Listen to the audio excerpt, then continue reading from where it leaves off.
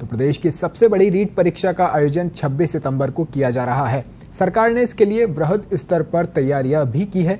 परीक्षा को शांतिपूर्ण तरीके से संपन्न कराने और परीक्षार्थियों को असुविधा से बचाने के लिए पुलिस प्रशासन ने भी कमर कस ली है।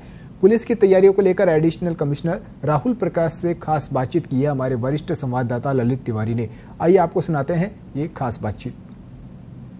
एडिशनल कमिश्नर राहुल प्रकाश जी बात करेंगे एडिशनल कमिश्नर राहुल प्रकाश जी से और उनसे जानेंगे कि किस तरह की व्यवस्था है।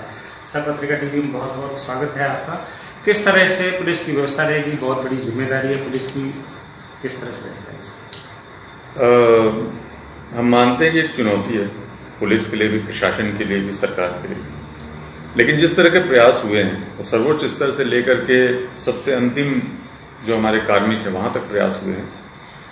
और उसके अंतर्गत जो हमारी पुलिस की व्यवस्था है उसको आप 3 भागों में देख सकते हैं। एक तो यातायात की व्यवस्था क्या कैसी रहेगी, और दूसरा लॉ एंड ऑर्डर की व्यवस्था कैसी रहेगी, और तीसरा जो परीक्षा है उसकी शुचिता को बनाए रखने के लिए क्या किया जाएगा। तो यातायात की जो व्यवस्था है उसके अंतर्गत हम लोगों ने सबसे पहले 5 बस स्टैंड, अस्थायी बस स्टैंड निर्मित किए हैं, जो कि बहुत पहले से यातायात पुलिस की कार्य योजना में भी थी। इसका प्रस्ताव भी पहले दिया गया था कि यातायात को डीकंजेस्ट करने के लिए शहर के अंदर किस तरीके से बाहरी क्षेत्रों में बस स्टैंड डेवलप किए जा सकते हैं। तो उन्हीं को आधार मानते हुए 5 जगहों पे ये बस स्टैंड बनाए गए। जो बाहर के लोग आएंगे वो लोग सीकर रोड पे विद्याधर नगर के पास बनाया गया है, स्टेडियम के पास। आगरा रोड पे ये बनाया गया है ट्रांसपोर्ट नगर के ऊपर। दिल्ली रोड पे बनाया गया है गलता गेट के पास, और अजमेर रोड पे बनाया गया है बद्रवास के पास, और टोंक रोड पे सांगानेर क्षेत्र में तारों की कूट एयरपोर्ट के पास बनाया गया है।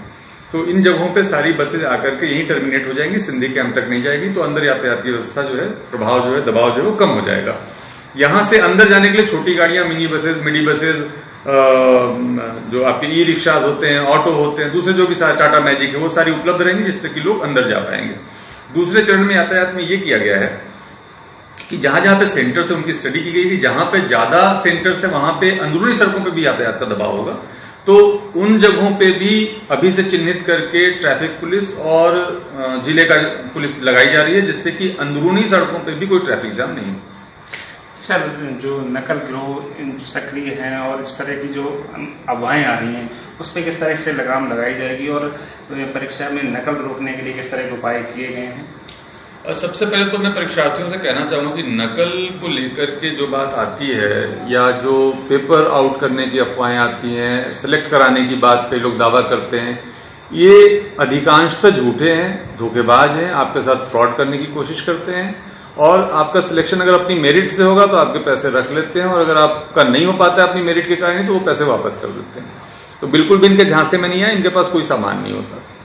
उसके अलावा भी अगर किसी ने कोशिश की रीट के प्रश्न पत्र को बाहर भेजने की, आउट करने की, किसी प्रकार की गड़बड़ी की, तो बहुत ही सख्त उनके खिलाफ कार्रवाई होगी, बर्खास्तगी हो जाएगी, जो उनका इंस्टीट्यूशन है उसकी मान्यता समाप्त कर दी जाएगी।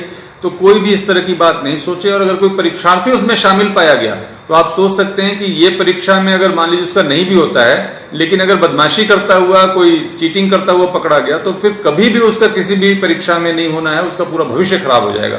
तो मैं परीक्षार्थियों से यही कहूंगा कि इस तरह की चीजों से बिल्कुल दूर रहें। पुलिस की पूरी व्यवस्था है, सीसीटीवी कैमरे लग रहे हैं, वीडियोग्राफी लग रही है, प्रत्येक सेंटर पे पुलिस लग रही है, फ्लाइंग स्क्वाड लग रही है, इसमें प्रशासनिक और पुलिस के अधिकारी हैं। तो कोई अगर ऐसी कोशिश करेगा भी तो बच नहीं पाएगा। सर, परीक्षार्थियों के लिए ट्रैफिक पुलिस ने माई सेंटर के नाम से कोई ऐप बनाया है, वो किस तरह से ऐप काम करेगा और उससे क्या फायदा मिलेगा? हमारी डीसीपी साहब ट्रैफिक ने इस ऐप को तकनीकी व्यक्तियों के साथ सहयोग लेकर के इसको बनाया है, और इसमें मुख्य तौर पे ये गूगल मैप्स पे आधारित है कि जब आप अपने परीक्षा का कोड डालेंगे तो गूगल मैप पे आपको ले जाएगा, और जिस प्रकार से गूगल मैप आपको जो जगह आप डालते हैं वहां का रास्ता बताता है, समय बताता है, वो सारी चीजें इस ऐप में भी आपको मिलेंगी। एक सर, जाते जाते लास्ट सवाल ये भी है कि जिस तरह से ये परीक्षा हो रही है उसमें बहुत सारे सेंटर्स हैं, उसमें किस तरह से पुलिस की व्यवस्था की गई, कितना जाब्ता लगाया गया है? सेंटर्स पे पुलिस की व्यवस्था की गई है। जो बड़े सेंटर्स है वहां पे 7 से 10 लोग रहेंगे, छोटे सेंटर 5 से 6 लोग रहेंगे। होमगार्ड्स भी डिप्लॉय किए जा रहे हैं। कानून व्यवस्था के लिए बहुत सारी मोबाइल पार्टीज बनाई गई हैं, बहुत सारे पिकेट्स लगाए गए हैं, बहुत सारे हाईवे मोबाइल्स लगाए गए हैं, ढाबों के ऊपर लगाए गए हैं, टोल के ऊपर भी जाब्ता लगाया गया है। जो बस स्टैंड हमने बनाए हैं उसके ऊपर एडिशनल एसपी रैंक के प्रभारी अधिकारी लगाए गए हैं। तो हर तरीके से जो भी दृष्टिकोण हो सकता है वो सारा रखते हुए तैयारियां की गई हैं। और जो हमारे मुख्य मार्ग है उसमें कोई यातायात जाम नहीं, उसके लिए विशेष टीमें बनाई गई। जो अस्थायी अतिक्रमण है उसके खिलाफ भी कार्रवाई दिन भर चलती रही। पुलिस की तरफ से पूरी तरह से व्यवस्था मुस्तैद है और जब रीट परीक्षार्थियों के आने का सवाल है उनको किसी तरह की परेशानी नहीं आने दी जाएगी।